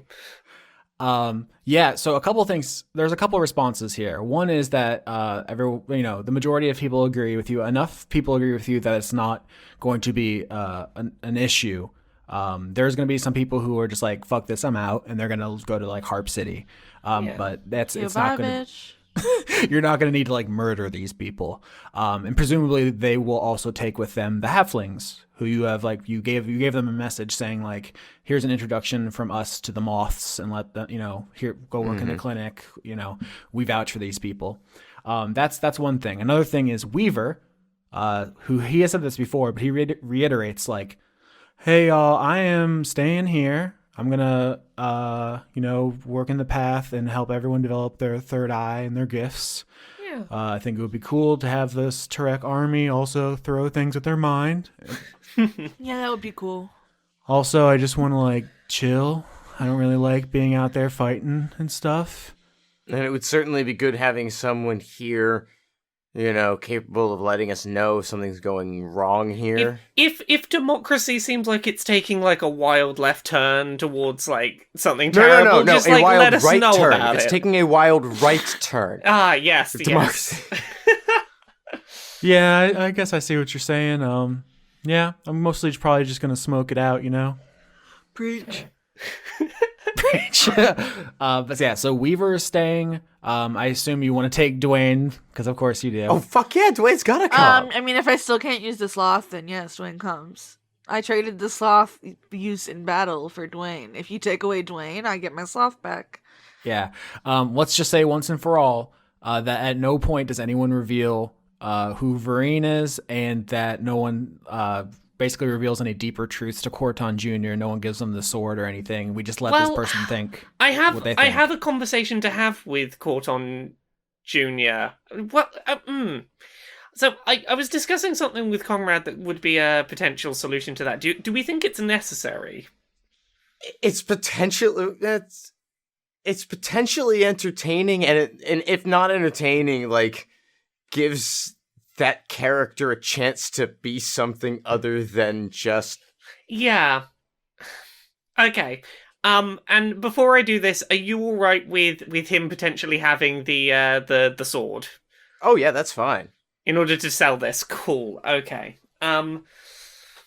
So Vindrass is gonna find a quiet moment to take Cortan Jr. aside and just say, look, as I said earlier, we really need some privacy for this. She'll visibly have the sword with her at this point and be like, can we talk aside somewhere? Yeah, I think he's like still a little shaken because a chimera 3 sides the size of a hippopotamus just ripped shit through his house. Yeah. So he like just changed his underwear and he's back. Once he's a little less shaken, Vindrass will take him aside and say, the reason that creature came was not for the path of the joining, it was for Cortan specifically. The God King is terrified of what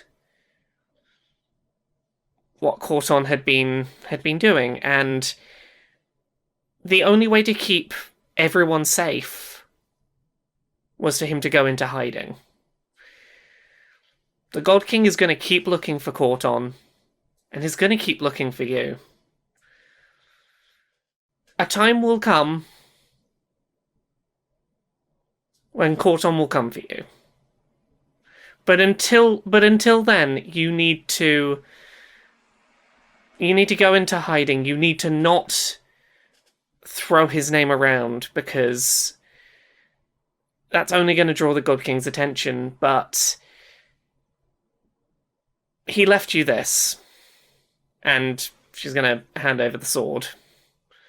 Yeah, so I think he takes it, and actually how he thinks of this is like, my father had this sword, or Mr. Hendricks had this sword, and Cortan had this sword, like, and the God King is like this malevolent figure out there. He thinks like, here's how my brain is putting it together. Like maybe they were part of some secret like resistance to the God King, and he's carrying on their cool masculine legacy. Okay. But there's a key aspect of the instructions that has not yet been conveyed. It's really important. Is this the new name?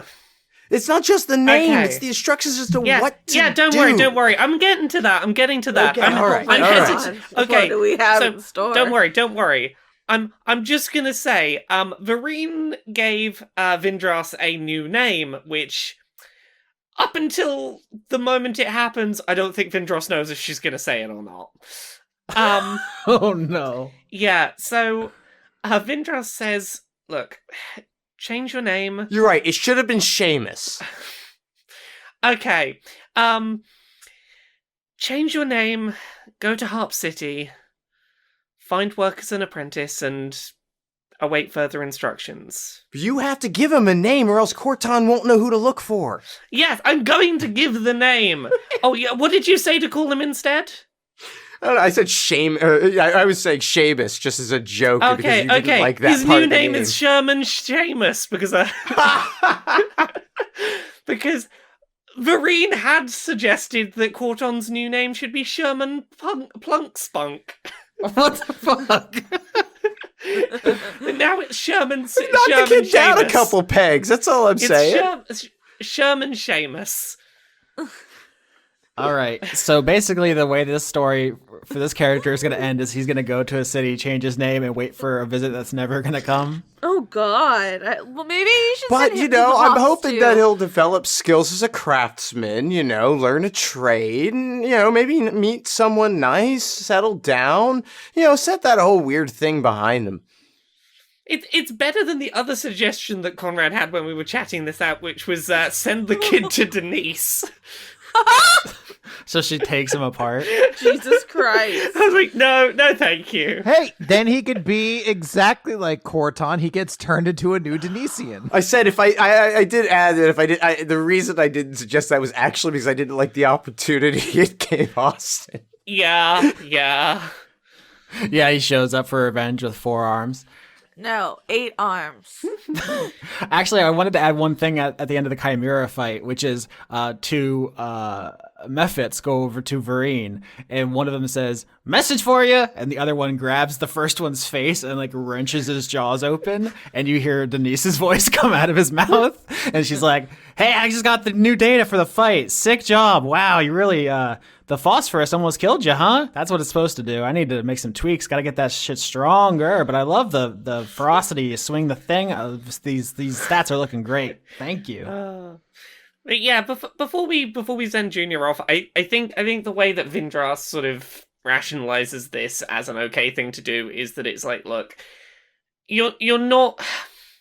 The alternative was a lot of the alternatives involved telling you this man that you are convinced is your father, who you look up to, will never see you as his son, and that's a thing you're going to have to live with. And you know, well, that's probably the healthier thing to do. It's also, you know, like, look, this way you get to have hope and get to be like, yeah, one day I will live on in the legacy, and that's not, you know, great, and it's a bad thing to do, There's but something to be said for that. it's leaving him with hope rather than leaving him with, I'm going to crush all your dreams about this being your father.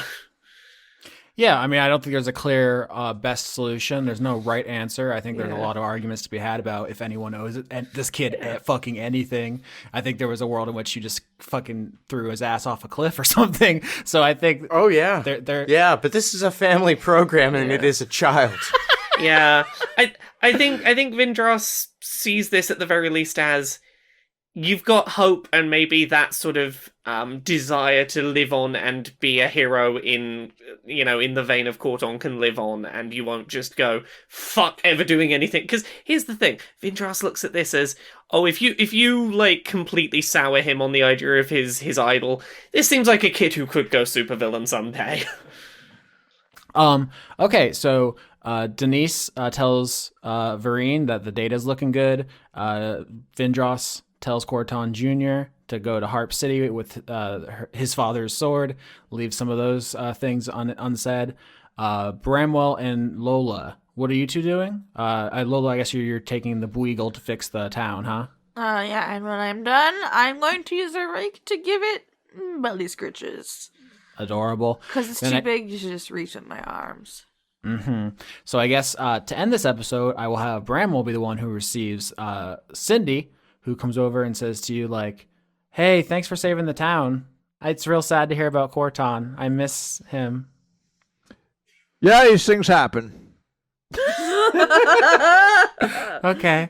I guess you guys are leaving. Do you know where you're going?